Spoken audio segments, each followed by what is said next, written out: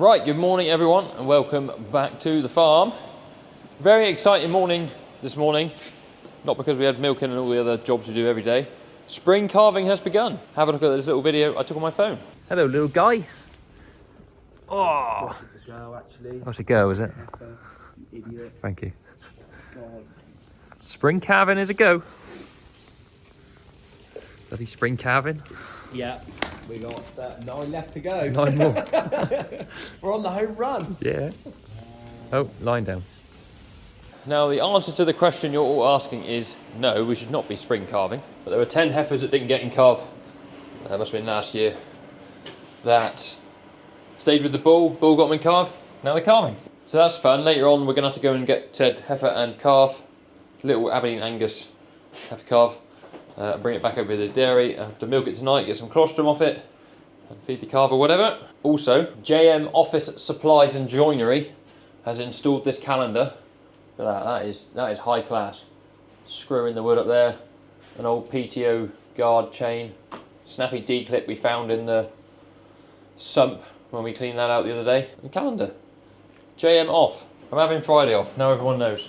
Right, I have some important jobs I need to do this morning, and one of them includes getting something on my truck, so just do that in a minute. Right, I found some Haribo in my truck. That's not what I was looking for. I was looking for a little microfiber cloth that I use to clean my glasses. I haven't got it, but what I do have, and you'll see why I need this in a minute, is the dead cat on this microphone, which is very soft. I need a very soft thing. Right, I don't think I've ever pointed this out before. If you walk down our raceway here, after the footpath on the right, there is a herd vision camera. Now there is an EID reader in there, and as the cows pass under this, twice a day, every day, it reads their, well, it takes pictures of them. I think you get like 3 or 4 pictures as the cows walk through here.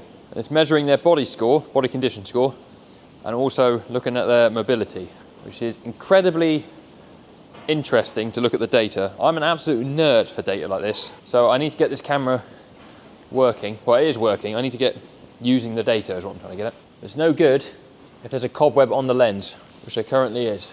Don't worry, I've done a ladder course once at Northwick. It consisted of watching people fall off of ladders for 3 hours. Right, now there are some big cobwebs in here that need to go away. I think I can probably get away without even touching the lens, can I? Just run that around it. JM Cleaning Solutions now. I'm doing everything today. So Wenner from Herd Vision came out yesterday to take me through the app and how it all works, because I've had no idea about any of this. But really, really interesting, going to do lots with it. But basically that little black box is a camera. There's 4 little silver infrared sensors. As I say, as the cows walk under it, takes several images of them and defines certain points on the cows, so it can work out like basically like their hips, their rear pins, shoulders, that sort of thing. And it can work out their body condition score and also their mobility. So very interesting data that actually a lot of milk companies want you to do now. I know if you're an Arla supplier on a 365 or a care contract, you've got to supply mobility or lameness and body condition score the cows 4 times a year. Well, that thing's doing it twice a day, every day. And basically, we get it set up on the app, it will give you an alert if a cow is like losing body condition or is going backwards in terms of mobility. I've got Gus here as well, who's been a little rascal. And it's hypersensitive. It's set to 0.14 of a body condition score. And normally if your body condition score in cows, you'd work in quarters, so like 2.5, 2.75, 3, etc. That thing's working on like half of that. It's on the ball. Right, now we've cleaned that camera, I've come up to the office. Hopefully you can see the screen well enough here. This is the Herd Vision dashboard, so I've logged in. It's really, really interesting. There was definitely not enough time for me to explain it all in one video. But I'm just going to give you an overview. This is basically mobility, and this is body score distribution. So the amount of cows that are in between these parameters for both things. If we pick a cow at random, so this is the last cow that went through the camera this morning. We can click on her. You can see it gives you pictures of the cow as they go through the camera. So there is that cow. Basically this cow will be pictured a few times as it walks through the camera, and it can work out from all the points on the cow, all the reference points, changes in body condition and mobility and whatever. And then it gives you a graph down here for mobility and a graph for body condition. So this cow is, according to the camera, gaining condition at the moment. And that looks like a big jump there, but it's such small margins. So that is 0.1 of a score, that big jump. If you get it down to like a month, graphs will flatten out.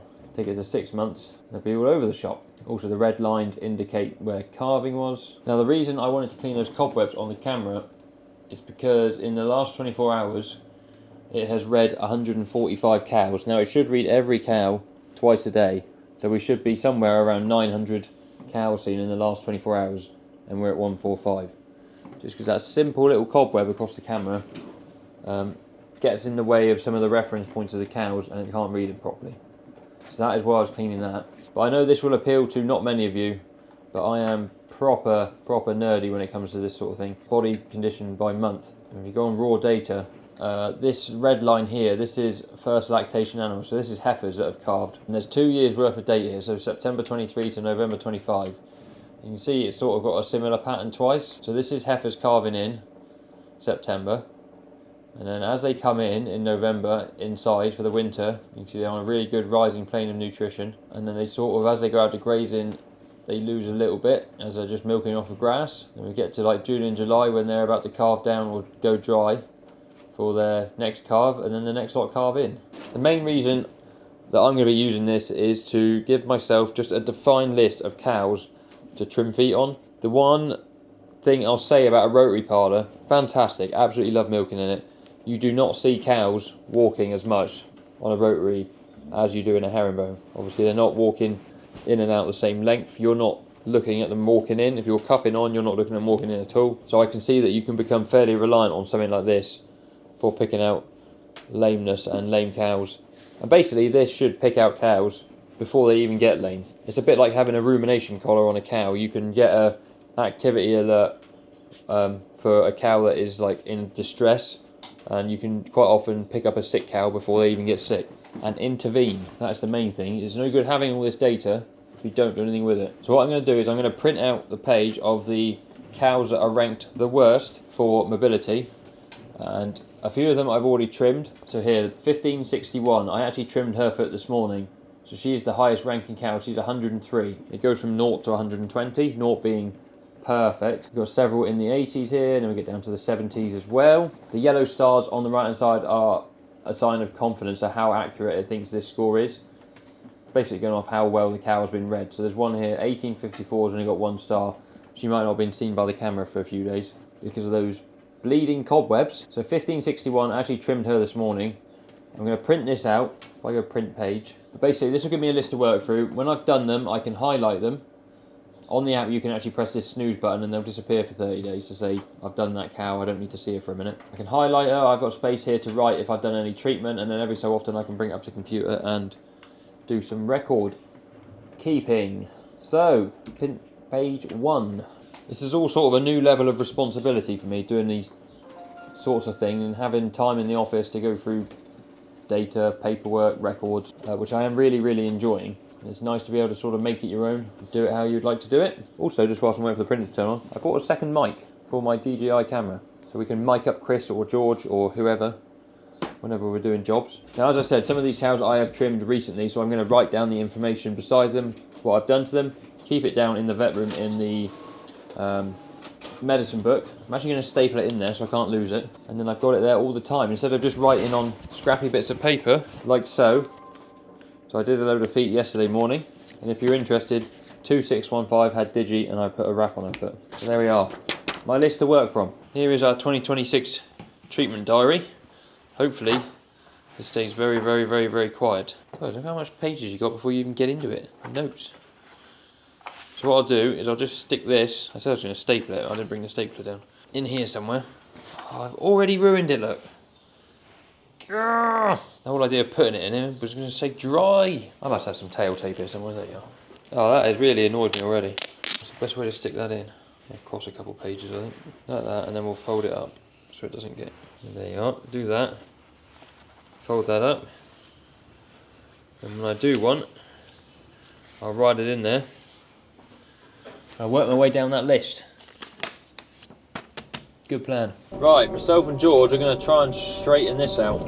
It's got bent on the headstock there, so it doesn't sit parallel to the headstock. It makes braking a bit difficult with it.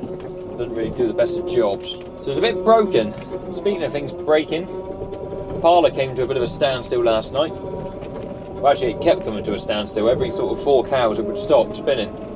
We put it going and it would stop, put it going, stop. And we had a motion sensor that detects the ring turning. It got moisture in it and failed. So Connor and Ollie from Doors came out. They did get it going. Took a bit of fault finding, but they got it going in the end. Well, anyway, this is going to be a 2 Merlot job. We're going to see if we can grab this with the grab somehow and straighten it back round and bend it. Forward a bit. Keep going. Try that. You've got it with one time. Oh, now he's off it now, that's it. Okay. Are you fully grabbed? Oh.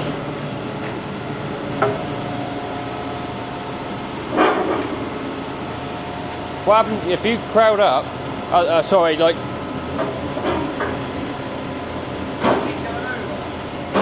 No, I think we're gonna have to. We're gonna have to try and. No, he's on there still. No, was it? Oh, this one. Oh, I see. Shall I just put him on the floor? Yeah. Put it. Oh yeah, well, it. God, that's annoyed me. That I've never had. Too much going on, isn't it? Well, no, yeah, well, I don't know. I just didn't.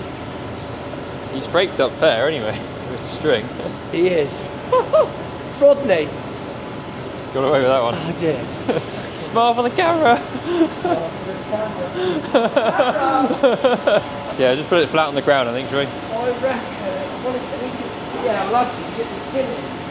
Have we got anywhere that, like, if you get him locked in properly, you could put it so that this was all tight and you can, like, twist the headstock rather than trying to grab this and do it? Yeah. Let's put it on the deck. It's a hell of a twist, isn't it? Yeah. We need to get it, like, on the headstock.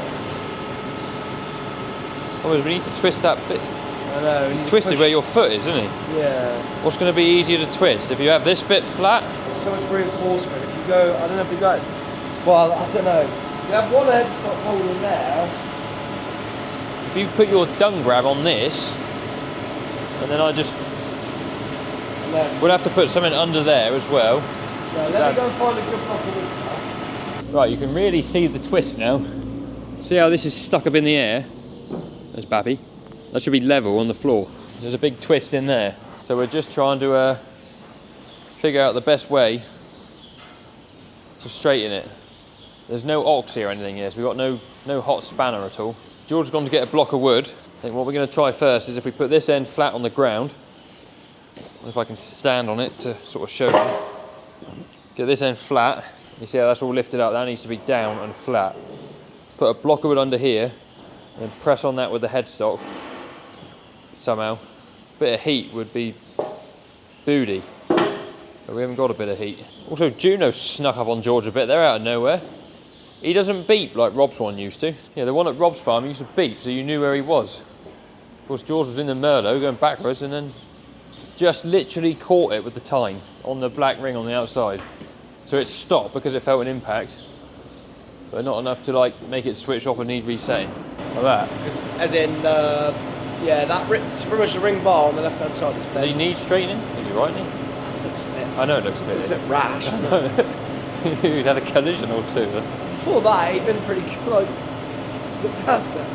But he is fair cuffing on, like. He'd get down It's amazing to like... though, isn't it? Like, there's not many cows here eating. No. But you go, there they are. They've seen it all pushing in. Rob's used to beep, which used to get the cows in. It should. Yeah, oh, I see, he should be. Beep was like intermittent. Oh, right. Right, I reckon, yeah, let him pass. Push him past. Right, let him down. Yeah, We're winning. We're going to get it.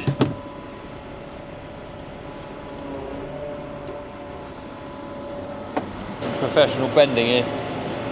Babby, where are you off to? God, Juno is giving it the bees.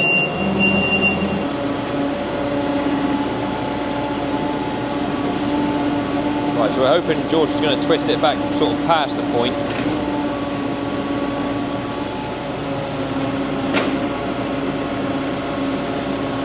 Yeah, that's well past. Who's rolling? That's going down. It's lifting the Merlot up. Yeah. Yeah, some boy Phil. I mean, look, that is To start with, those two tabs were like there and there, weren't they? Oh yeah. I don't know if I want to go much more. No, you are past it now. I am. Yeah. He's flat and he's looking down the floor. Thing is, though, it'll just spring back, I think. A little bit, he will, won't he? One more little. What, a little... Babby, stand clear, please. Good girl, come here. Well done. Oh. Just doing that now, isn't it? Lifting the Merlot off the floor. It's definitely better. Yeah, he's definitely better. See, on Sunday night, when I was raking the beds, I had him right back like that, and he was still facing towards me. Yeah. Guess you'll tickle it tonight. Just be gentle with it. Wow, see how you go. You can see, yeah, when you do that, the weak point is here. Yeah. That almost wanted to go all the way. Yeah, it did. It'll be like reinforced there. Job for Kev. You got a big welder there. Yeah, you got Mick. You got a big welder. Got a big welder. Yeah, point and shoot. Oh, he's pulled that off as he's twisted round. To be fair, we'll be pushing, so he won't be. We'll be pushing against it. Yeah, so you do that. you're helping that. Yeah. We've done a farmer bodge. Yes, farmer bodge. Professional bending, as they say. Good job, you got 2 hours. yeah. That's why you need to. Yeah. For that exact job. Right, change of location after all that professional bending. We're now in the parlour. I've got one of these that needs repairing, and it is the bit of wire that goes between pipe holder down here, and it attaches to that bar there. Just stops the units going walkabout, especially when they come around the bridge. And there are varying degrees of them. So here's one I think is probably been remade or not. Anyway, that's what they should look like. That's going to go on there. There's one just round here that's obviously broken at some point and had a quick repair. Yeah, we got a bit of ACR cord on that one, look. I mean, it does the job. Probably ought to take that off. I'll do that in a minute. This one actually came off the other day, but came round with the unit. It was still attached on there. On a rainy day, we'll replace that, and it is raining. I'd love to get that little washer out of there, but I don't think I'm going to. Right, I've got it out, put it in the vise, and I made a mockery of it. It actually slips in this new one quite easy. I might have bent it slightly. Whoopsie! And when you tighten these up, it will squash that nylon, I guess it's nylon or plastic, washer a bit and grip the wire a bit tighter. I've got this awesome little Baco ratchet set, and it is tiny. It's got like sockets up to 13mm and a few of these little bits, that sort of thing. And I mean, the ratchet is literally the size of my finger, but it cost me £1 on eBay with free shipping. Work that out. Yeah, it is, look. £1 on eBay, free shipping. And I look after it, comes in handy for these little jobs.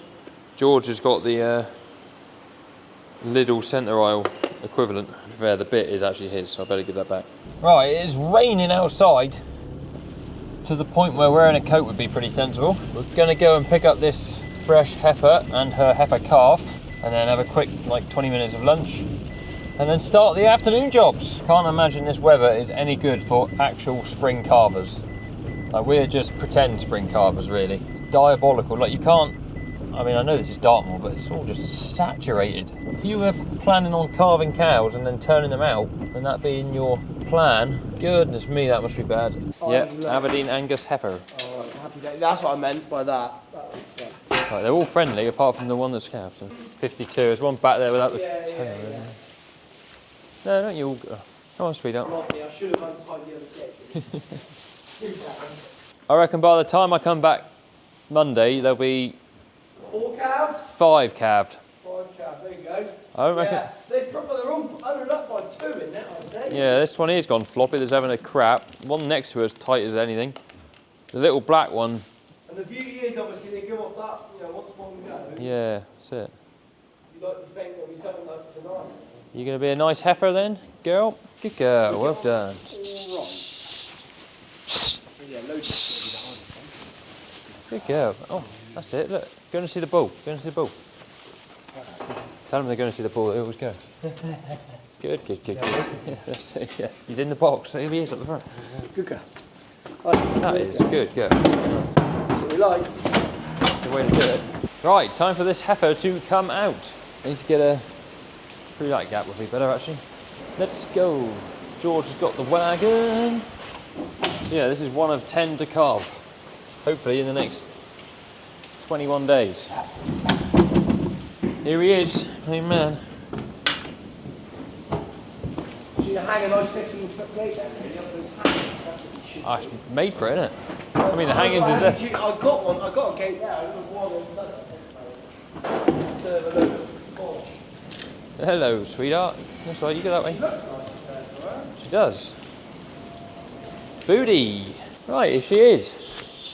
She is in, this is actually called Draft Pen 1, where the foot trimming crushes. So George and Grant are milking this afternoon, so they'll just stick her through this little door, straight onto the parlour, and then George can take some colostrum off her. The calf is going in a pen just round by the scraper tractor. Feed the calf the colostrum. Job's a good one. The plan, hopefully, for these 10, obviously they don't really fit in the system, the spring rather than autumn calvers. There's plenty of cows around here. We're going to have to get rid of a few before turnout, just get some of the barrenness gone. So carve these 10 down and probably sell them fresh in milk. But we are TB testing next week, so you never know what might happen. I hope I've not just jinxed that. Right, I'm a bite to eat quick and then start the yard work. Right, I am off home. 5 o'clock finish for me tonight. That new little calf is loving life in its pen. There's another heifer back down the other farm calving. So there'll be 2 tomorrow.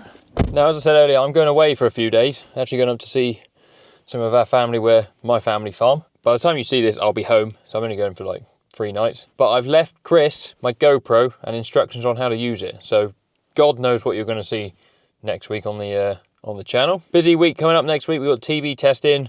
I think we want to do some freeze branding. We've got to go and fence some kale and some other stuff as well, I'm sure. So we'll look forward to that.